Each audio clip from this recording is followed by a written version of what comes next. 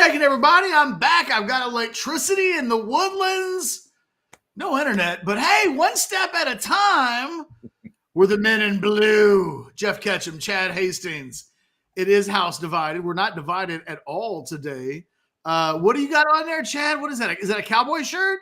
No, this is a little Bandera, Texas. Last year I made a little trip to Bandera, and I kind of like the Bulldog logo, so I got my Bandera shirt on today. Shout out to Bruce and Charlie Robinson from Bandera. So my wife caught me wearing a T-shirt with this logo on it, the Psycho Bunny. Yeah. She did that wife thing where if I have one, that must mean that I need 5. Oh, no. She thinks you really like it, huh? So I got home from the hurricane, and there's a box on the front door. And yeah, no, she got 4 shirts. Oh, I'm just going to be wearing Psycho Bunny shirts all the time. Hey, man, you gotta be careful of that. Sometimes there are those people in your life where you give them the slightest little inclination. And then, like, I've heard of that in families, Catch, where the daughter-in-law will let the mother-in-law know she'll accidentally let her know that she sort of likes cows. For the next 19 years, she gets cow stuff, right? Like, she just thinks, oh, she's a cowgirl. Oh, my God, we're going to get her cow print, everything. And then, like, 15 years into it, the daughter-in-law is like, well, hell, I can't say anything now. And, yeah, I'm just a cowgirl, I guess. Well, apparently I let it get out of control like Cowgirl did. And by the way, that would be my nickname for her forever. If I was in the family. I would just say, I would moo at her because I'd want in on the joke. I'm going to be wearing lots of these apparently moving forward. They are comfortable. I will say that. Guys, if I didn't already say it, like, comment, subscribe to the page, jump into that Specs chat. I see the chatters. I see Alan fighting the good fight. He's a man of the people, but he's doing God's work. Smash that like button with a wrecking ball. See, Catch, Cody Carpentier had it happen in his family. His great aunt got turned into the Garfield lady. She probably didn't even like Garfield that much, but somebody got it in their brain, and everybody gets her Garfield crap now. I had a buddy in high school. His mom had pigs all over her house. Everywhere was pigs. And she told a story where she kind of liked pigs, but I don't think she liked them as much as you would think.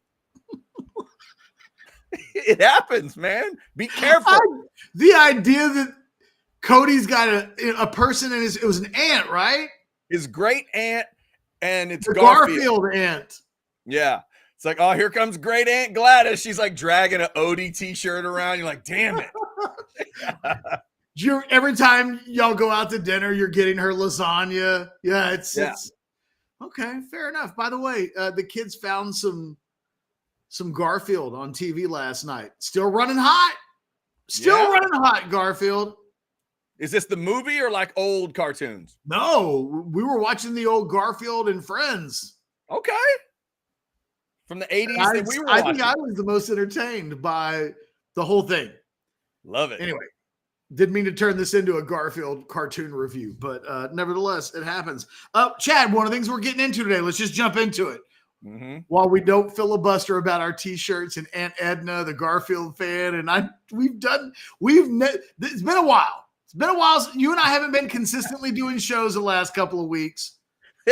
Hold on. Teta has won the chat for the day. Well done. Well done. Come on.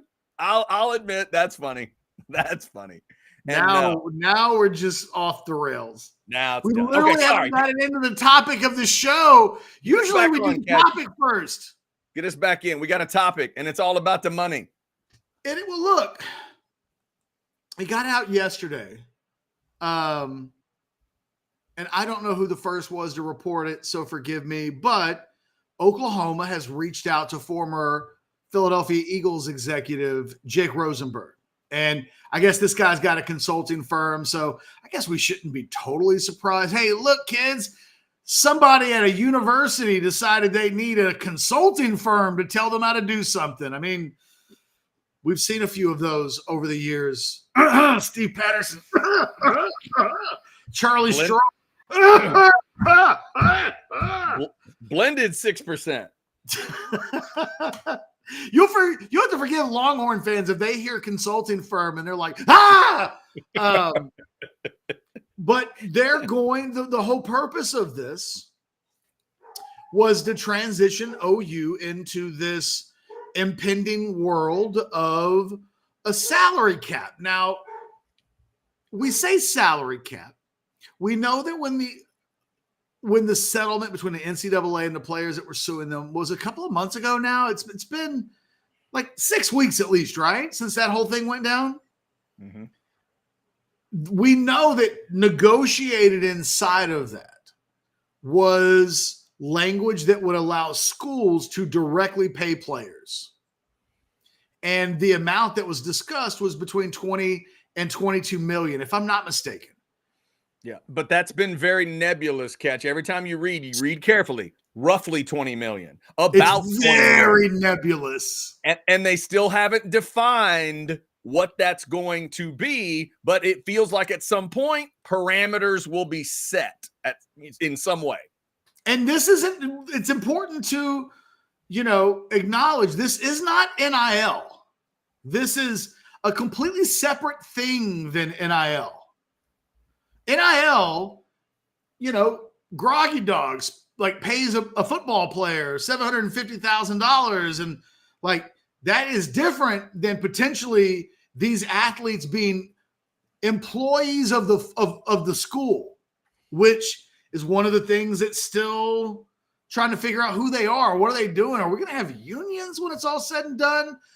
There's a lot to this conversation. The number is nebulous, but the specifics are just nowhere to be found. It's a nebulous concept with no specifics at this point. So they're hiring this former NFL executive who now has his own consulting firm to basically serve as an advisor and a director towards how do we manage a football salary cap. And I'm sure they'll workshop all the possibilities that will exist, but it's a college football program leaning into NFL experience. And Chad, God damn it, this is literally what I've been saying for 24 months. Yep. This is the sport is turning into more like the NFL than I think most people realize. And that the smartest thing that any school can do is hire someone with significant front office experience. And look, to be fair, Jake Rosenberg isn't going to be the general manager of the Oklahoma football program. But they're going to teach whoever that person is, presumably an entire staff, how that should be managed. I have been on team pay an NFL former front office general manager type a bunch of money, make him the second most important person in a program behind the head coach, and make sure you hire somebody that knows how to manage a salary cap, that has significant experience in dealing with agents. It's a big deal. These kids got them now. And I've long believed that the resume required for a general manager spot at a major university like Texas or Oklahoma or Alabama or Georgia, you name it, it needs to be somebody with this level of skill set. It should never be, well, the guy that we've groomed for a couple of years on our staff and now we're just going to make him the general manager. I hate that idea. I hate it. Right. That if you're truly going to be a big boy, and Oklahoma hasn't gone the distance here. They didn't hire Jake Rosenberg. I would just take this one step further and say, instead of having Jake Rosenberg, former executive from the Eagles, be your advisor, go hire Jake Rosenberg. Hire the guy. Hire Bill Polian or somebody like that. Hire somebody that's going to give you experience and juice and all of the things that you really need, so that you're not having to hire this consultant to teach your general manager the things that it should already know.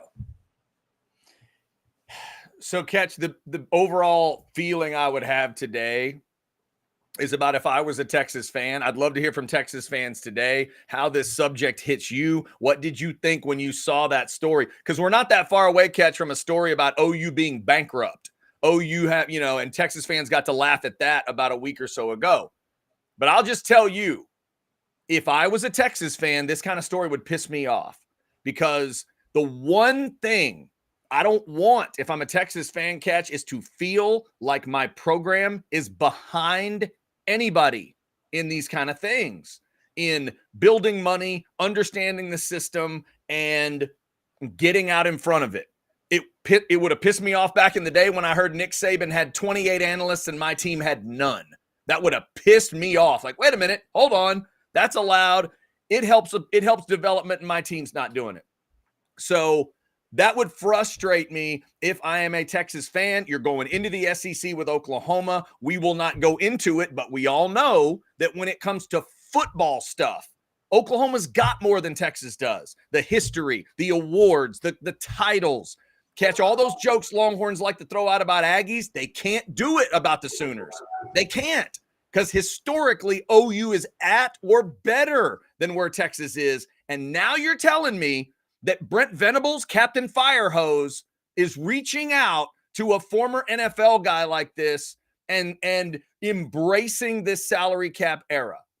If I was a Texas fan today, this is the kind of story that would annoy me a little bit and just make me wonder, do my people need to get caught up and really embrace what this is about to be?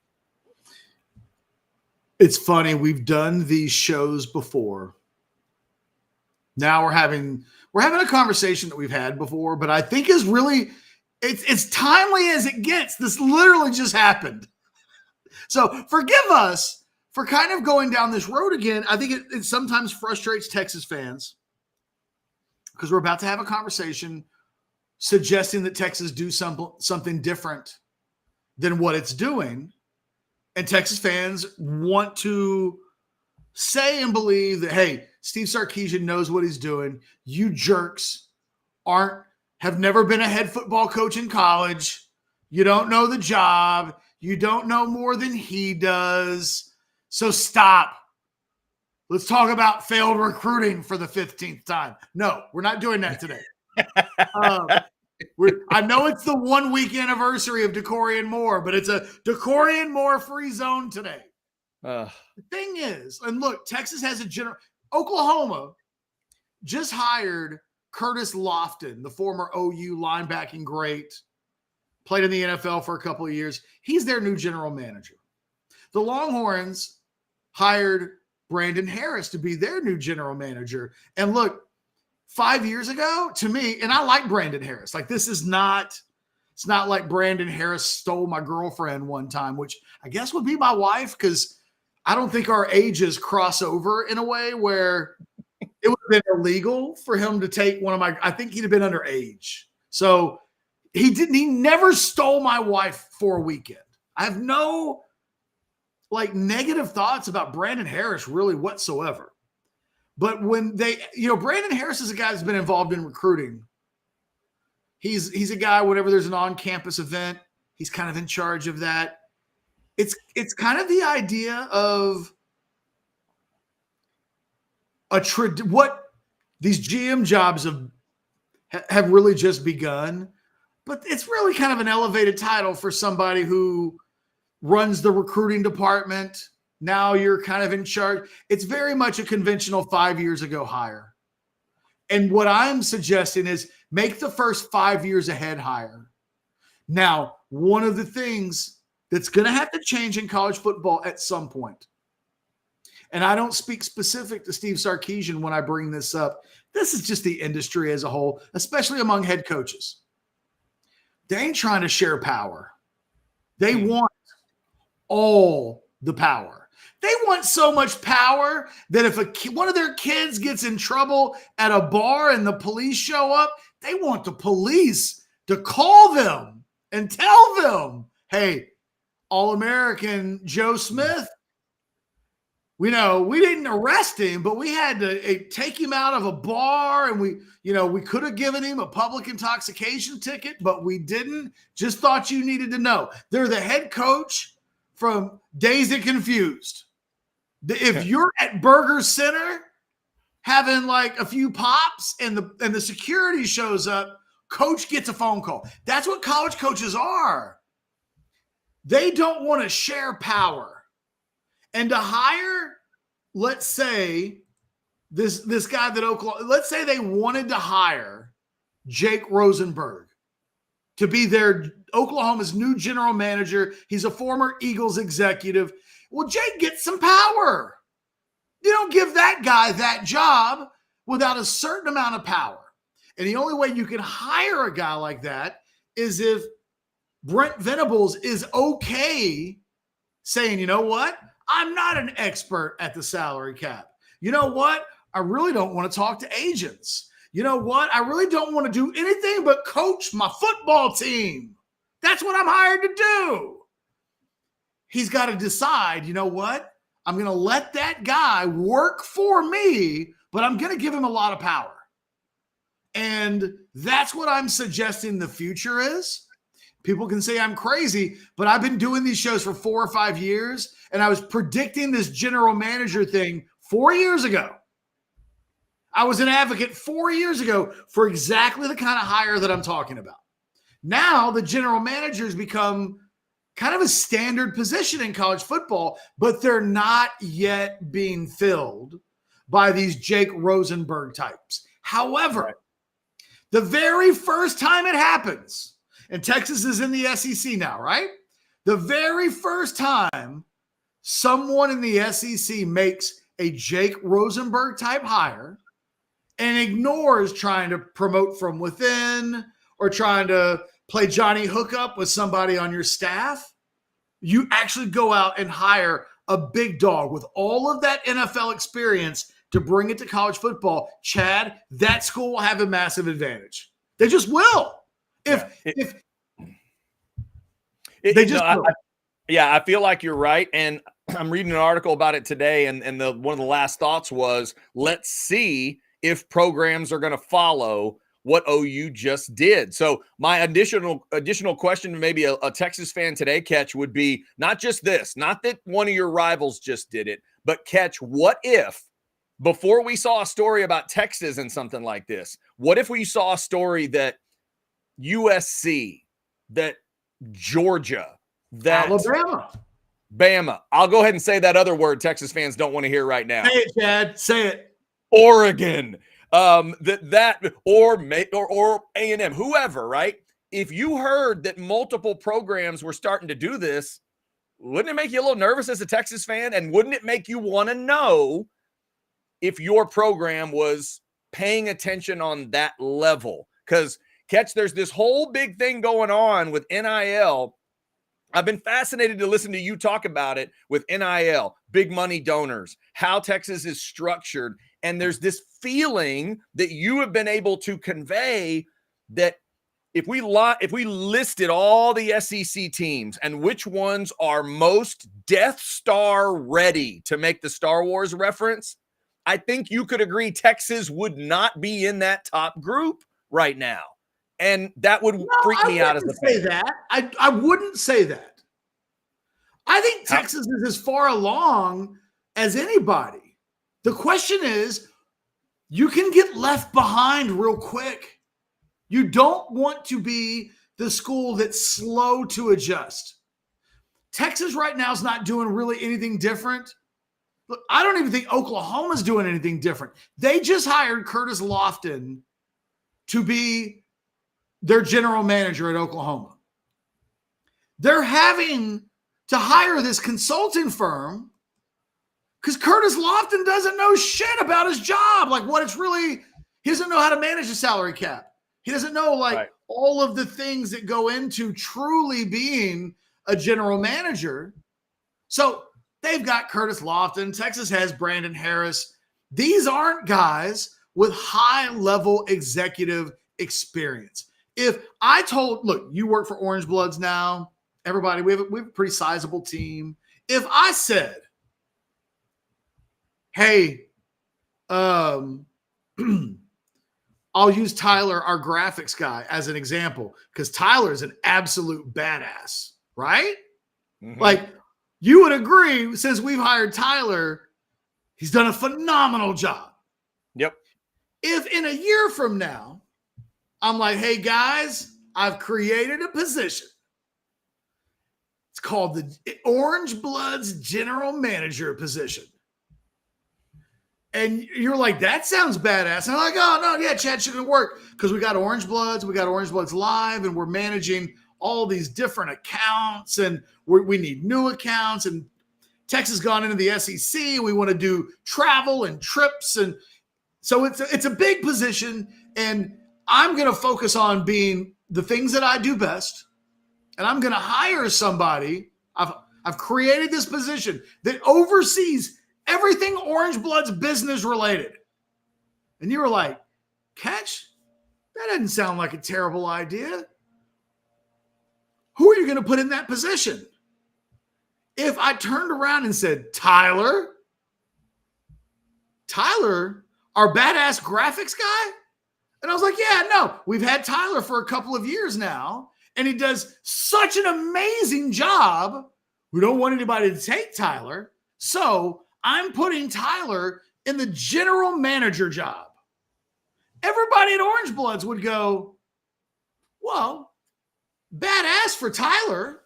We like Tyler. We love Tyler. Is that the best use of Tyler? Did you get the right person for that job?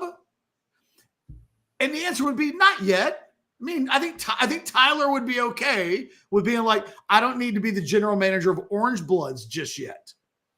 But we all think Tyler does an amazing job. He's, I think, elite at what he does, just like Brandon Harris.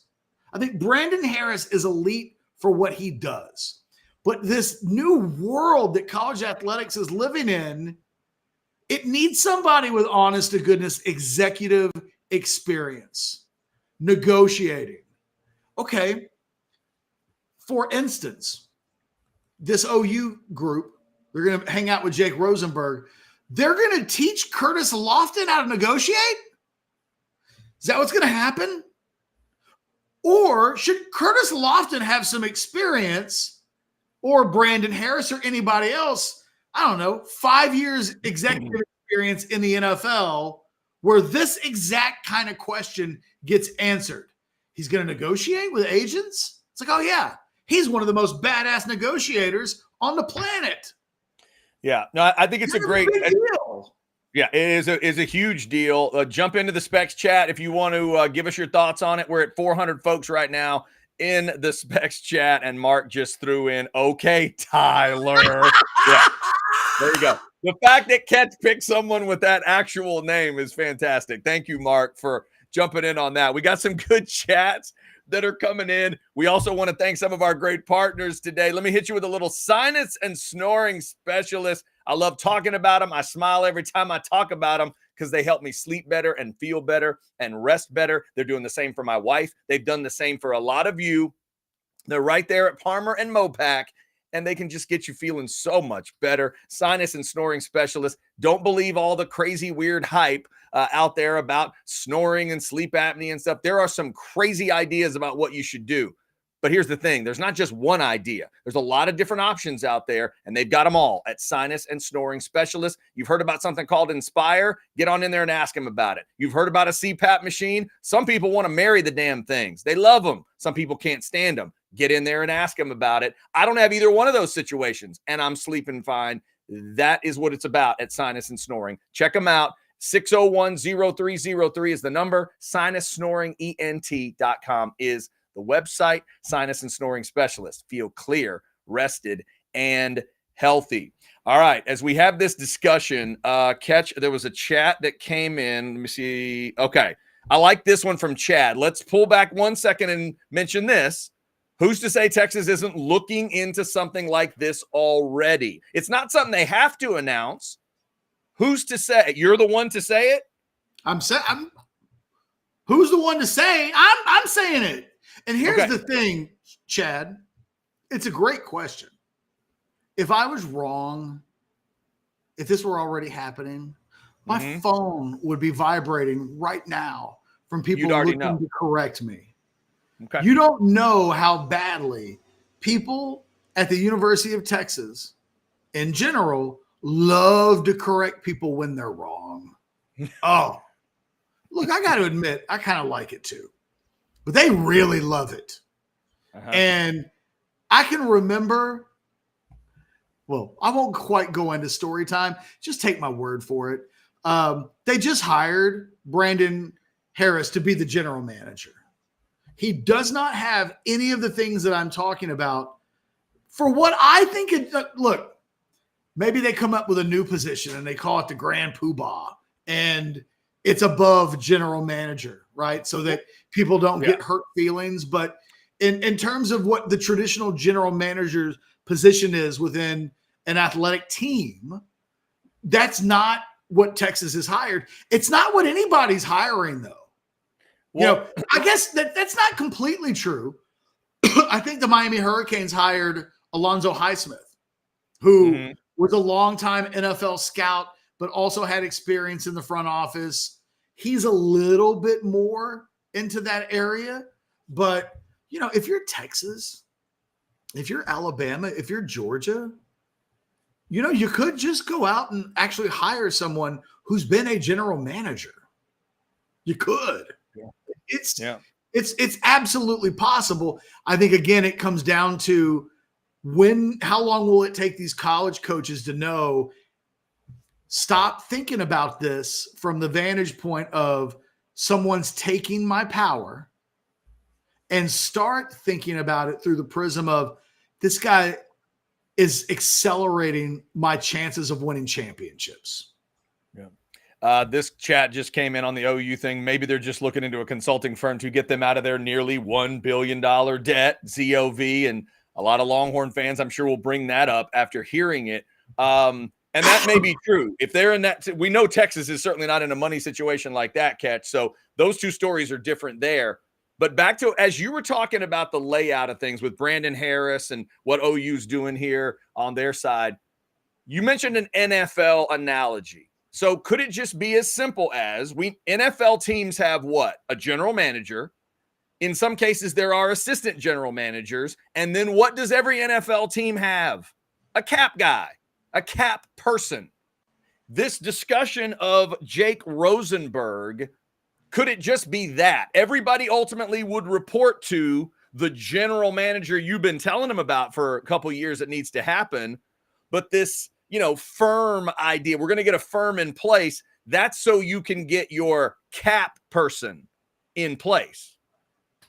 Well, I think every general manager and every program needs a staff that they've got a capologist, and, maybe they hire a couple of, you got to have, thing is, college, it wasn't but just a couple of years ago that if you said the word agent around anybody in college football, it was like a flashlight shining on cockroaches to just scurry.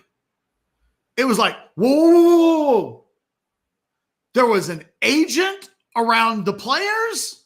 Right. Guys are getting suspended.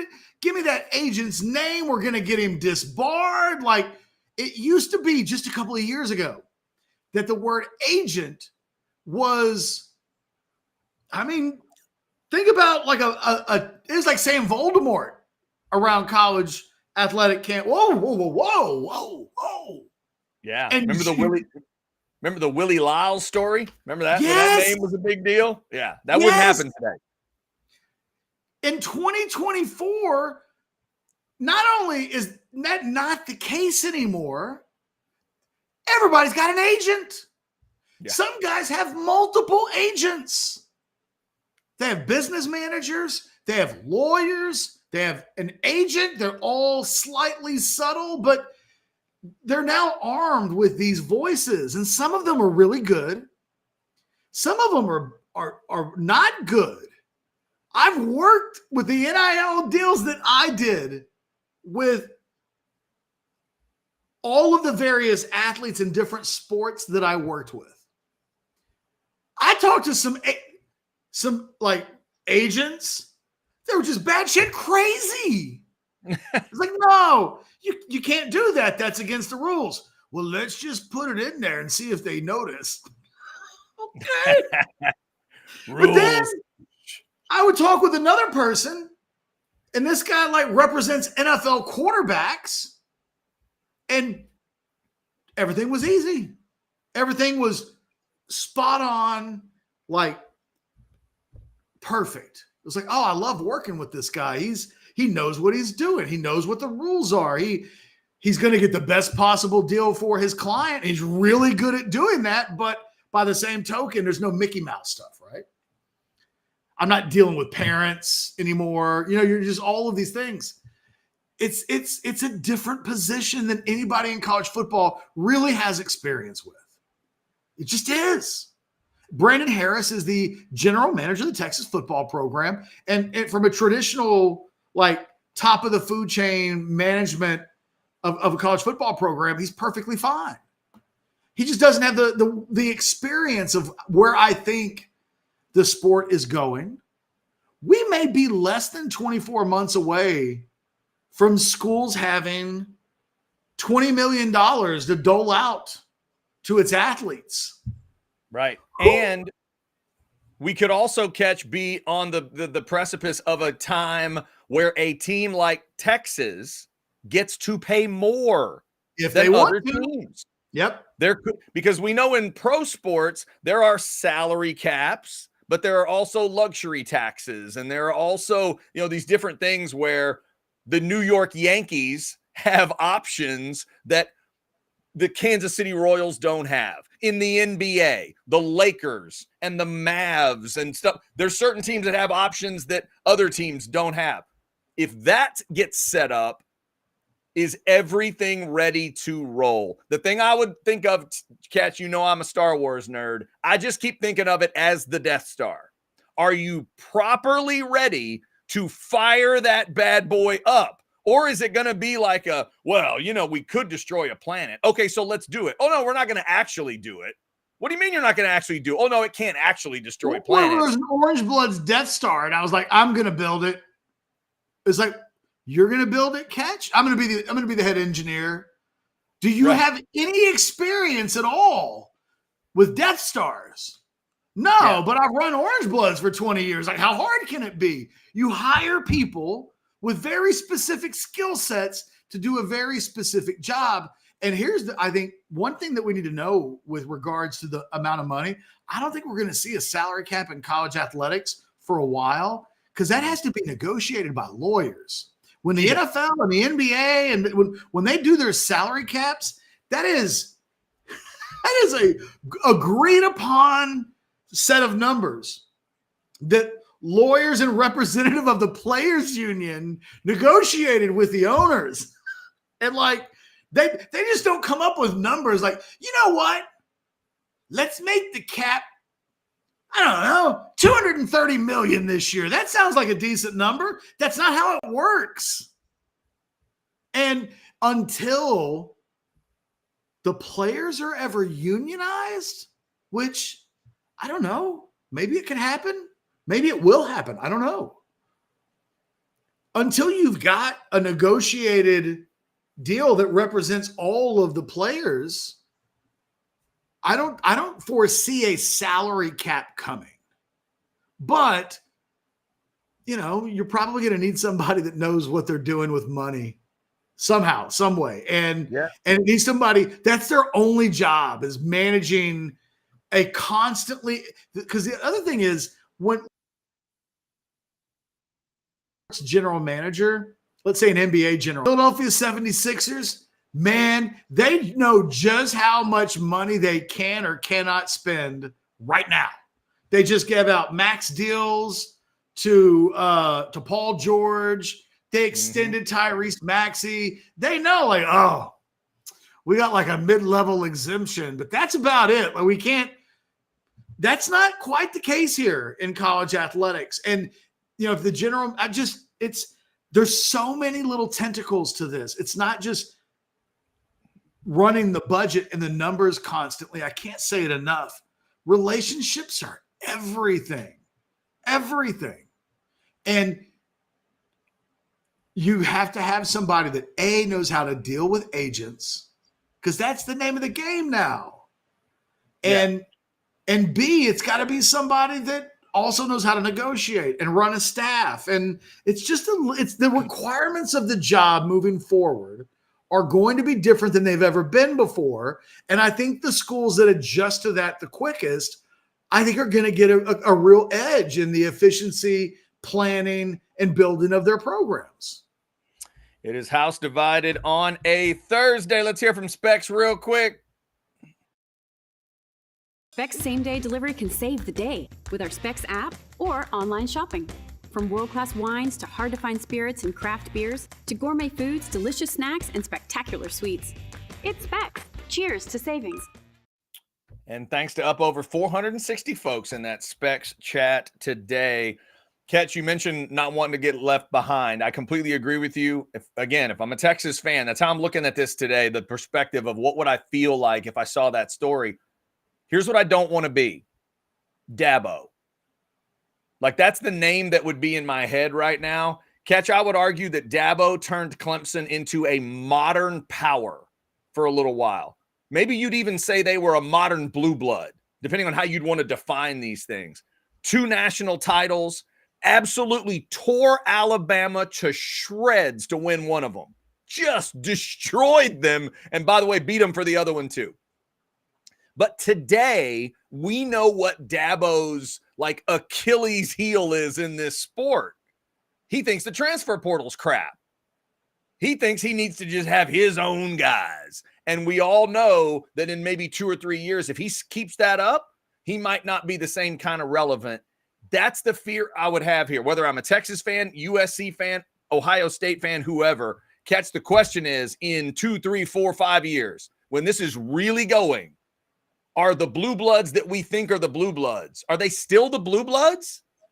Have they does the definition still hold that these teams we think should be at the top and should be able to run this stuff and know it and use it, are they actually going to be there? Like, that's, again, that would be my answer to that is yes. But I also think the opportunity, you'll hear people who will say, well, this is the haves and the have-nots. And of course, but I think a have-not can become a have quicker and more easily now than ever before. And I'll give you an example. SMU has all of the money it needs. They got so much money. They told the ACC, hey, you know that TV money that everybody wants? We don't need that shit. What we need is a conference. That's some deep Dallas pockets right there, by the way. If you let us in the conference, we'll bring the booze. And they're like, you know what? SMU sounds like a kid you want to invite to your party. Yeah. SMU has showed up. They got no TV revenue, and SMU doesn't care. Yeah, and they're bringing more than better in Dallas. Suddenly, they're taking prospects away from the likes of Tech and Baylor and TCU, and that may not sound like a big deal, but that's not who they've been. They're turning themselves into somebody that matters. And what we may see in college football is like, look, if you've got boosters who are thirsty, if you've got schools who are creative, because the turnip hasn't been squeezed dry, there are ways to create even more revenue streams. What college football has been doing for the last 20 years, let's create enough money so that we can all get rich, but the players don't get anything. So in order to pull that off, they have had to, I know it sounds crazy because the word billions gets used a lot, but they've tried to do this thing where they spend all of the money that they make. College athletic programs have been the living testimonial to the movie Brewster's Millions from back in the day with Richard Pryor. It's like you have to spend $30 million in a month. Why? Well, if there's extra, they're going to say they should have some. So let's make every locker $15,000 each. Let's put a slide on the second floor of the athletic business. And I don't know, let's make that thing out of gold. It needs to be a gold. You mean like painted gold? No. Can I get a barbershop catch? Can I get a barbershop, please? The barbershop chairs need to come with diamonds in them because recruits. No, now everybody's going to change things up a little bit. You know what schools may stop doing? Putting a bunch of money into like barbershop chairs. They'll streamline what they've done previously, and then they'll allocate more money elsewhere.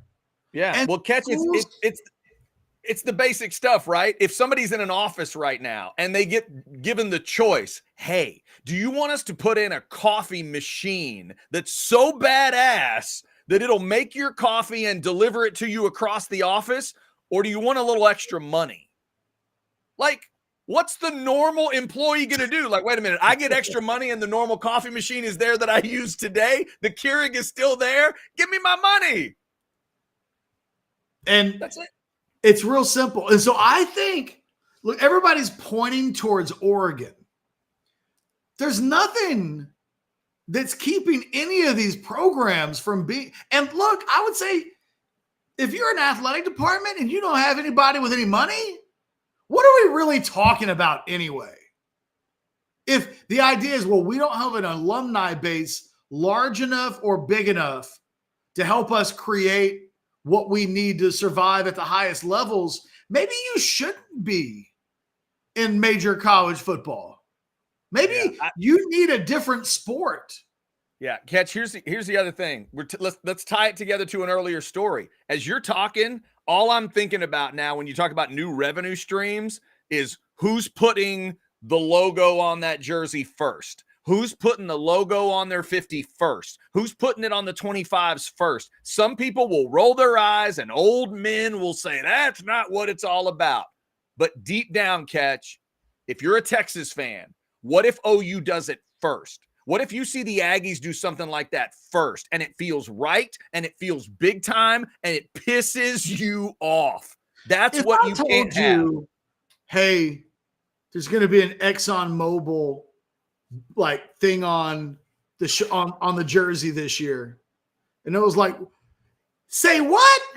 No, they're gonna put an ExxonMobil patch on the jersey. That's some BS. Yes, but it's the reason we got DeCorian Moore, Riley Pettijohn, and Jamie French. Yeah, the follow-up question, Catch, once all the anger's done, should be one thing. It's going to be burnt orange and white, right? Yes. Carry on. I know that this is a topic that unnerves people, but we can't act like we don't like professional sports. And we can't act like college football has been some version of this. The only thing that's changed is that the players are getting some cash. That's it. It's been $1 billion sport for years. People have been getting rich on it for years. We have to get beyond as a culture because it's not changing. It's never going back. It's as if go back to like 1970 when free agency hit Major League Baseball. There was no turning back. You could say, you know what? Screw Kurt Flood. I hate what he's done to the sport. But decades have gone by, and your team probably got a badass free agent somewhere along the line, and it all washes out. I think that change is – people freak out over change. Look, we made some tweaks to the Orange Buzz message boards a couple of weeks ago. People lost their minds. Now, there were multiple reasons for that. Y'all don't get mad at me. But some of it was like, it just looks different. And it was like the thing that 4 years ago they complained and said they hated, 4 years later, like they love it. Yeah, it's like acknowledge that things change. It takes time to adjust sometimes, but this is where we're headed. And I think people can say what they want to. I found the portal to be pretty freaking badass this offseason. I enjoyed watching it. I enjoyed watching the Longhorns go get guys. Hell, I enjoyed watching what the Aggies and the Sooners did. It made a popular thing even more popular, and it gave me even more reasons to care and pay attention and to invest, mind, body, and soul into it. I'm predicting this wave of the future is going to eventually, everybody's going to love it. And I will go so far as to say I think it'll be more transparent moving forward. We're still at a point with the Decorian Moore in the Oregon situation where the dollars involved are secret. Well, I had a source tell me that Texas offered more than $1 million. Well, I had a source tell me that Texas didn't. I had a source tell me that Oregon heard about Texas's offer and it came in and doubled the. You know what? We will eventually get to an age where I think the terms of these things are transparent. Yeah, Catch, I don't think that's a bad thing. I give you a couple examples in my head, and you've kind of referenced one of them today, but you're a Sixers fan, as many people know. The reason you have Paul George right now has been told to us by Paul George. Paul George has had a conversation to let us know why it happened. Here was the discussion. Here's what they said to me. Kyrie and I were talking, blah, blah, blah, and he worked it all out for us. And I'm like, oh, that's interesting. And you know what else I watched today, Catch? The footage of the Giants GM on the phone with Saquon Barkley. We now have the moment that the Giants told Saquon, why don't you go ahead and test the market? And then if you want to come back around, let us know. Like that moment is now on Hard Knocks. I didn't even know there was a Hard Knocks out of season, but they've been doing the Giants. I kind of like the Hard Knocks out of season for the record. Yeah, it's crazy because now you get to see the inner workings of the draft and free agency and all that. And it brings me back around to your point. Free agency in the NFL, so interesting. All those kind of stories. How did it happen? Why did it happen? And now you're going to have that at the college level. But I agree with you. We made a special intro for the Portal Combat thing because it's interesting. And it is the free agency. And when we get halfway through the season next year, Catch, I don't think any Texas fan would say, oh, yeah, you can forget that portal stuff. None of these guys are helping us anyway. Like, I feel like they're going to help because they got a massive group of them. And that's what it's going to be about moving forward. I think Adonai Mitchell is like the Kurt Flood of portal for Texas fans. That's interesting. They went to the playoff last year, and they know deep down couldn't have done it without the portal. Yeah. What about these three receivers? Like by the end of this year. Yeah, Quinn, obviously. By the end of this year, are they going to look at, the quarterback and these three receivers they got out of the portal and say, yeah, we'll take some more of that? So, eventually I think this stuff will be more – look, we were eventually going to bring it up. Imagine you're a Baylor fan, okay? And you've been kicking a little bit of ass in recruiting, enough that you notice, enough that you're talking at the local barbershop, no pun intended. Hey, man, you see what we're doing in recruiting? Aranda has gone out and got some of them Rivals National 250 guys, and, we're moving up in the Rivals rankings, and it sure seems like recruiting is doing better. Well, they asked Dave Aranda about that yesterday at Big 12 Media Days, and he said, yeah, man, we're paying players. That's what's different. Recruiting is good. Why is recruiting better? Because we're paying them. And I was thinking about it, Chad. By the way, there's somebody at my front door, so the dogs are just going to bark, and I'm talking. Maybe I should shut up. If the dogs lose their crap too much, I'm going to hit the mute button, and you just talk for a second.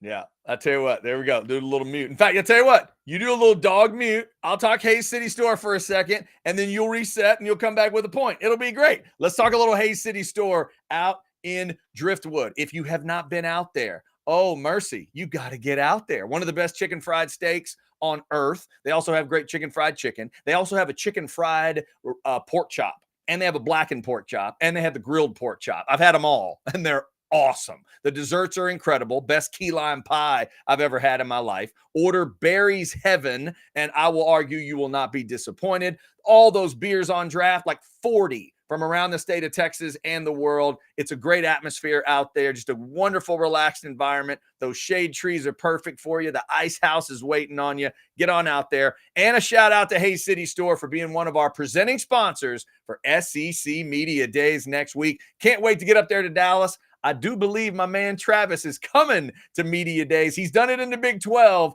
and I know he's excited about the SEC. So I can't wait to see Travis up there and hang out with him a little bit, SEC style. Get on out to Hayes City Store when you get a chance. You will definitely want to go back. All right, Catch, did I give the dogs enough time?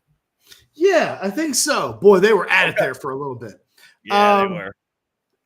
You know, when I had to shut my mic off, that because I love to talk, to voluntarily just be like, eject. Oh, I knew. As soon my show brain thought you're going to need to do a spot here, because if Catch says maybe I should stop talking, it's an extreme circumstance. One of the things so we saw this with Jimbo, and we've seen it with Sark a little bit. This disdain at the notion that why are all these badass players coming to your school? Mm-hmm. College coaches, the rich ones, the most affluent of the rich badass super coaches with all of the frills and all of the money, they never want to make it about the money. I mean, Sark is better about it than Jimbo. Yeah. But it's like, Jimbo, why are all these guys here? Because they love Texas A&M. It's like, you get Sark, we will never sign a guy who only cares about NIL and nothing else. We are not going to be one of these programs that leads with NIL. And it's like, hey, coach, here's some truth serum. How much money did you guys spend on NIL this year? $20 million. Yes. So those coaches don't want to admit out loud that money is a big part of what's going on right now. They really want to sell this. Hey, we're talking academics. We're going to tell them how we're going to develop them. Austin's one of the great cities in America. We've got so much to sell.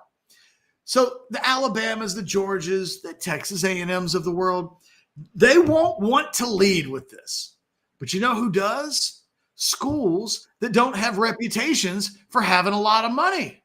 So Aranda isn't talking to Chad and I when he says, why are you guys having so much success? We're spending money. He's saying that to every 17 and 18-year-old kid who might see that and go, oh, you know, Baylor called me. Yeah. He's saying it to everybody up and down the roster at Duncanville and Denton Ryan and Houston Lamar and all the big dog programs, and that might not have thought about Waco before, but at some point that discussion happens and it's like, wait a minute, what? The private school in Waco might be able to get me some money? Yeah, they might be able to.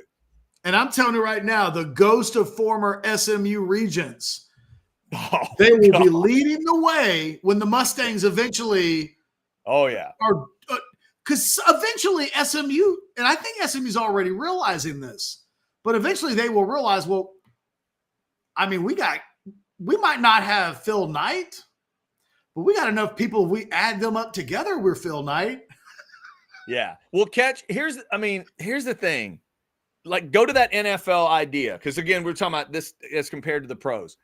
Obviously, there are NFL teams that have more clout, history, blue blood status. We could all argue, right? Is it more prestigious to be a Dallas Cowboy or a Jacksonville Jaguar, right? That's a silly discussion.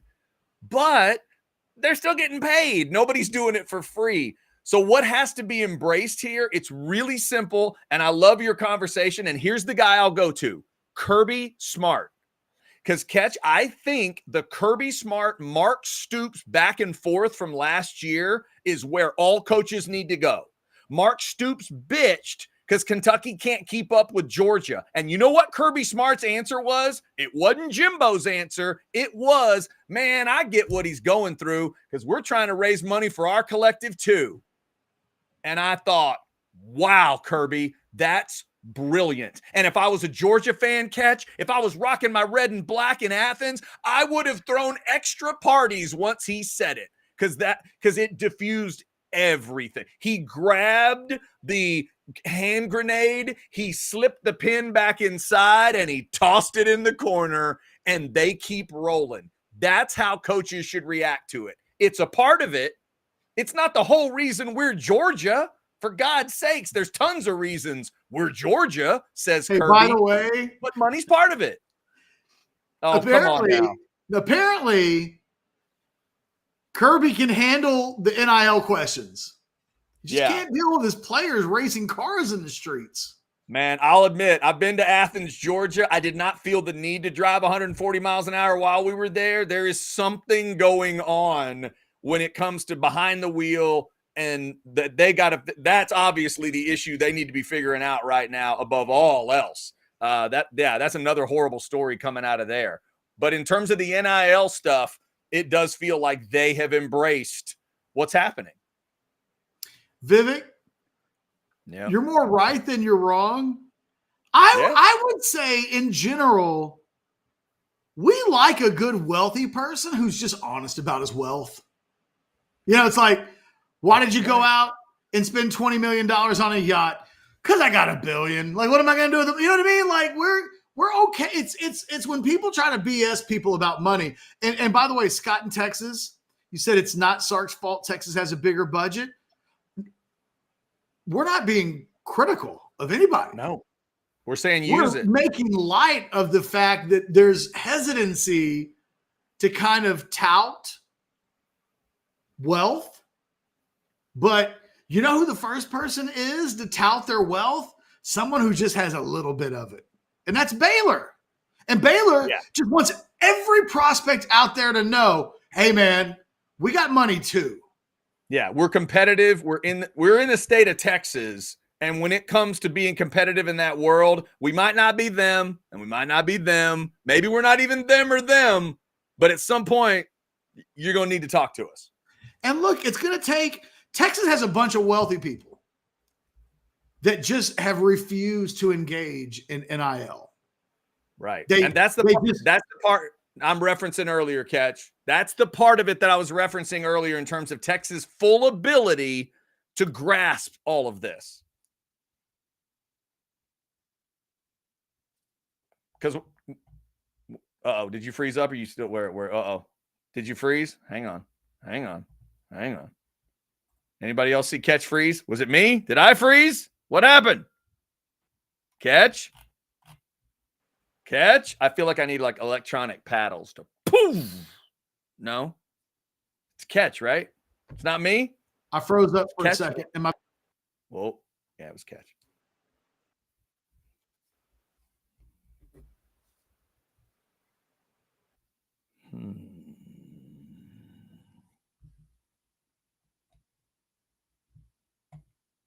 Uh-oh. Whoa! Now he goes away. All right. Well, while Catch is grabbing that back, we want to thank you for jumping in. Over 520 folks in the Specs chat. Let me hit you with another one of our great partners. Hey, we're almost to 50 days, kids. Today's 51 days to kick. Tomorrow's the 50 mark. Time's running out. If you need to get that new setup done, AV Consultations can help you. 255-8678. Make sure you're ready for the new football game being back from EA Sports, from your teams playing college, pro football, everything you love to watch, all those movies your family loves to watch. Be the place that they want to come in the neighborhood. Or be the place that you just want to go and you want to be by yourself. Whatever it is that you've dreamed of, AV Consultations can do it for you. Let them handle every detail, like getting the TV, every cord, every cable, every piece of furniture. Let them handle all of it. They are the best. 255-8678. They've been around since 1988. There's your QR code. Let them show you what they can do for you. AV Consultations. Let's see if Mr. Ketchum is back. Catch, how are you? I don't know. How am I? Not bad. Not bad. A little pixelated to me, but not bad. You were right in the middle of a point. I thought you were about to hit something, and then you kind of froze up. Well, I was just saying that Texas has a bunch of very affluent boosters that have not bought in to NIL. Oregon doesn't have that problem. Either Texas has the money or it doesn't. But, I think it's been made real clear where college athletics is, and if you're still going to care about it, where it's going to be. If Texas had a Phil Knight amongst its alumni base who was doing what Phil Knight was doing, do you know who wouldn't be bitching? Texas fans. Right. Like, don't hate the player, hate the game. And I would say if you hate the game, you're probably just not going to love sports anymore, ever. Because, college football has already been a semi-pro sport. Now it's even more of a closer to pro sports.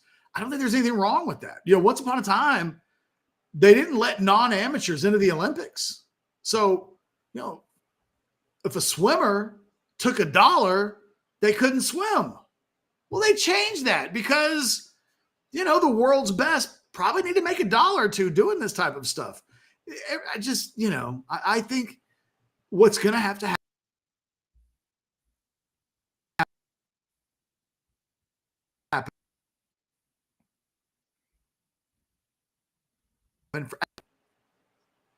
Chad, did you lose me again?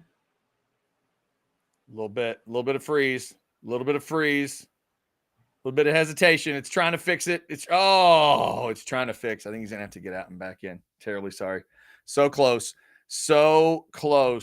But by the way, I just wanted to throw this up because Chad likes the new OB website. Says it looks great. Thank you, Chad.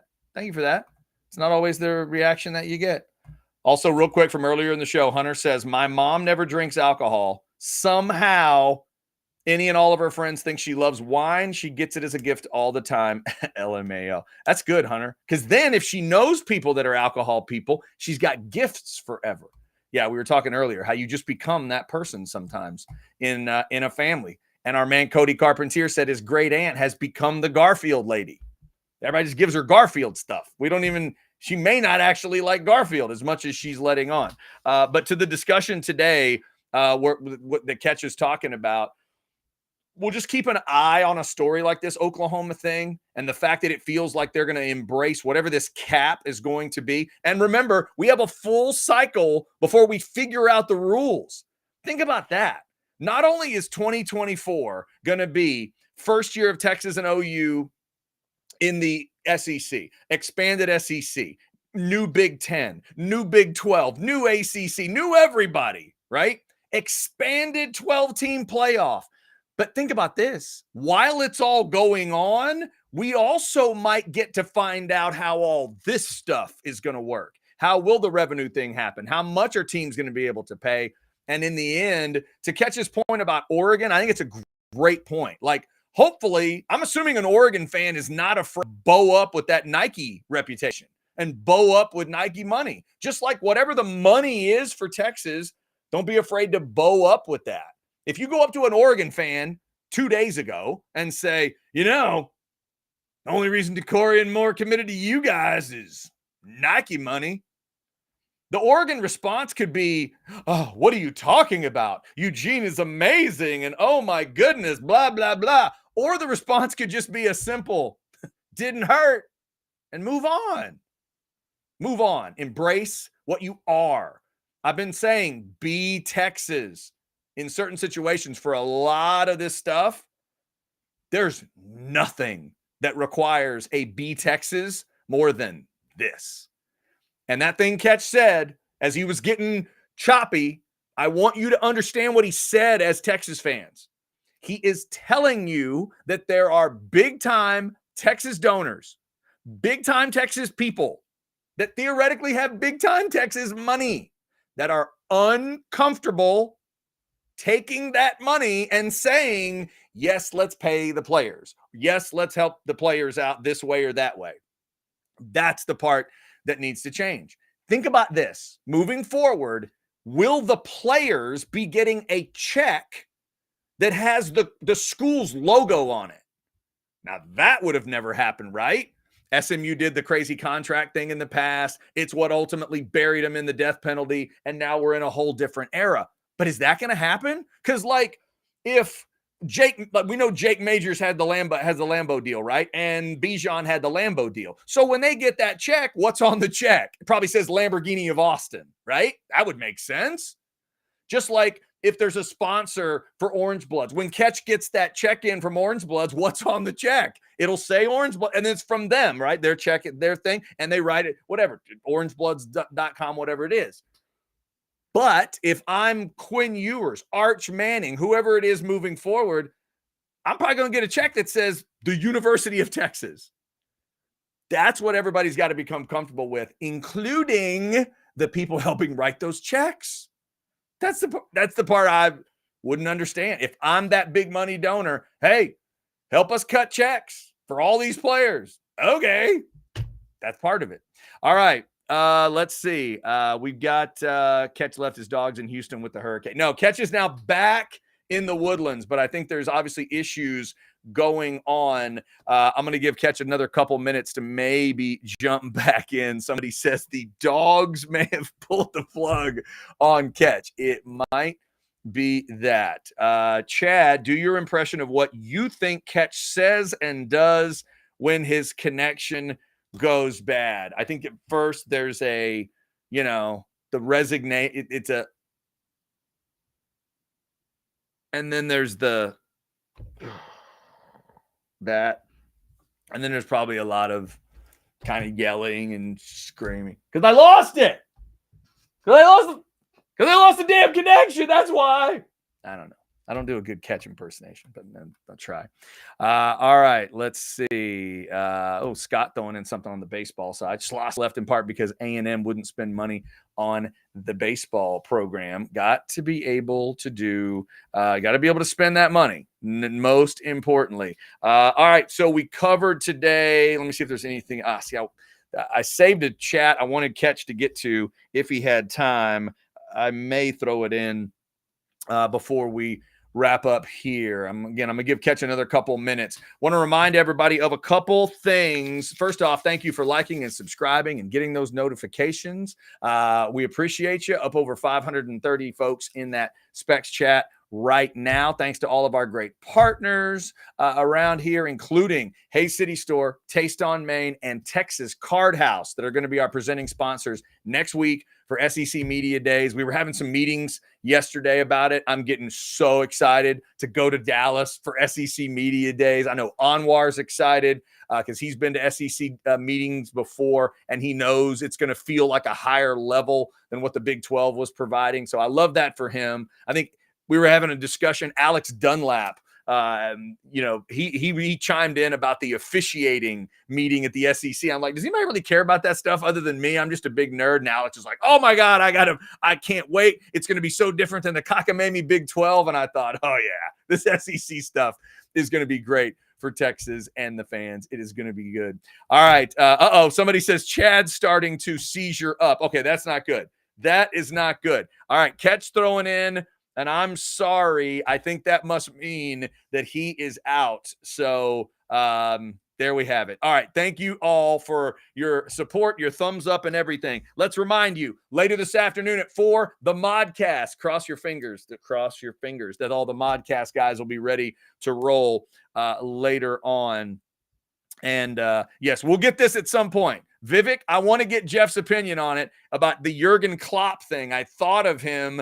USA needs a new men's national coach. Catch, if you're out there listening, what would you think of Klopp being the United States coach? From what Catch tells me about Klopp, That's what I want, and I'm not even that big a soccer fan. So we'll get his thoughts on that at some point, and we'll go through a round of buy or sell. Unfortunately, we didn't get to do buy or sell today, but that's okay. We'll hold it till tomorrow. Maybe some of the questions will still be relevant. Modcast coming this afternoon at 4, and also it is Thursday, which means what, kids? What is Thursday at orangebloods.com? That's right. It's War Room night. All the little news and notes and nuggets and the latest things that the guys are hearing, including tomorrow. You got the Michael Fasusi announcement of some sort, not the commitment probably. Jason Sukamel of Orange Bloods told you earlier in the week, he doesn't think it's a commitment announcement, but maybe we get the official final schools, Texas, OU, and A&M, according to Sukamel and Ketchum and all the guys that follow this. They think it's those three, and maybe we also get the commitment date set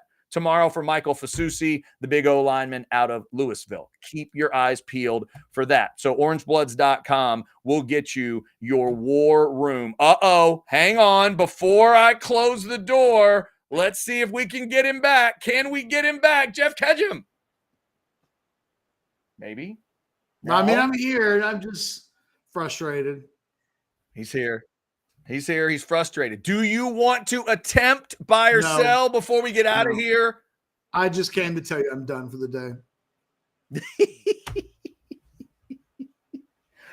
Okay. And does that mean you're also out for the modcast, I'm assuming? Can I get through the 1 o'clock hour? Fair enough. Fair enough. All right. Thank you for liking, subscribing, and getting those notifications. Can you give me a thumbs up or thumbs down on Jurgen Klopp as the USA men's coach? Would you support that? No, if I'm being honest. Let me tell you why. You ever date somebody and you think it's going really good, and then they tell you, hey, it's not about you. I love you. It's about me. I need a break. Mm-hmm. I need a break. I need to have some Jeff time and or whatever. Or I need Stephanie. I need some Stephanie time. And then and then like a week after Stephanie breaks up with you because she told you she needed some time to herself and she didn't want to date anybody. Then you see her dating somebody. You're like, what the fuck was that about? You'd be pissed as a Liverpool fan. Well, Jurgen Klopp, we love Jurgen. I wish Jurgen was my dad. Jurgen told Liverpool fans, who he loves, that he was getting out of a contract early. He still had multiple years left on his deal. And he said, I'm burned out. I can't do it anymore. I need a break. If he took a 7-week break and took the U.S. job, I'd kind of be in my feelings about it, because then it wouldn't be that he needed a break. It would be that he needed a break from Liverpool. And so, I want the USA to have the best coach possible, but I would be lying if I said as a Liverpool fan, I need him to be gone for at least a year. And so I need him to be gone. And then after a year, he takes another job. I think we all understand. If he does it during a period of time where we're still counting weeks since he left, it would just bug me. So I hope the U.S. national team gets, and Klopp has already said no. That's already been reported, but I'm still in my feelings about this. You can't expect me to be over it yet. Fair enough. All right. So we'll wrap up on that. Also, a note about tomorrow. Tomorrow at the end of the show, I've got the info for you. If you're a Texas or OU fan, Ole Miss girl, one of my favorite fans out there, and obviously lifetime SEC fan, she has some advice and information for Texas and OU fans as we head towards SEC Media Day. So we'll do that tomorrow. Spit on that thing. I just saved you an entire episode. I don't think that is part of the advice. But tomorrow will be 50 days till kickoff as well. So we'll have some fun, as always, on a Friday. So check out Orange Bloods Live. Get your notifications. Like, subscribe so you'll know what's coming up. Until tomorrow at 12, when hopefully Catch's dogs will be calm and his Internet will be awesome. Keep your fingers crossed. I can't even cross my feet. Keep your fingers crossed. We are house divided.